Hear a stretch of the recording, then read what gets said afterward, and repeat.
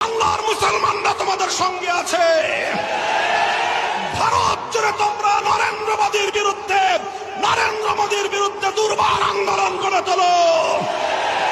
প্রয়োজনে আমরা দিল্লি অভিমুখে লং মার্চ করব। কোটি জনতা নিয়ে ভারতকে আবার হিন্দুত্ববাদ থেকে মুক্ত স্বাধীন করে ছাড়বো ইনশাআল্লাহ।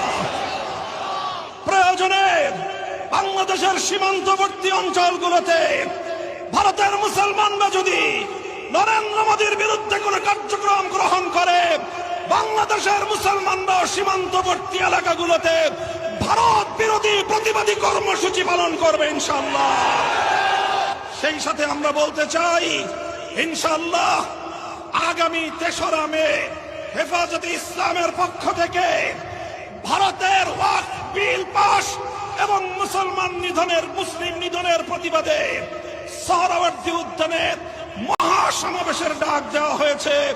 বাংলাদেশ খেলাফত মজলিস হেফাজতে ইসলাম বাংলাদেশের সেই মহাসমাবেশের সাথে সম্পূর্ণ একাত্মতা পোষণ করে মহাসমাবেশ বাস্তবায়ন করার জন্য নেতা কর্মীদেরকে রাজপথে নেমে আসার উদাত্ত আহ্বান জানাচ্ছে।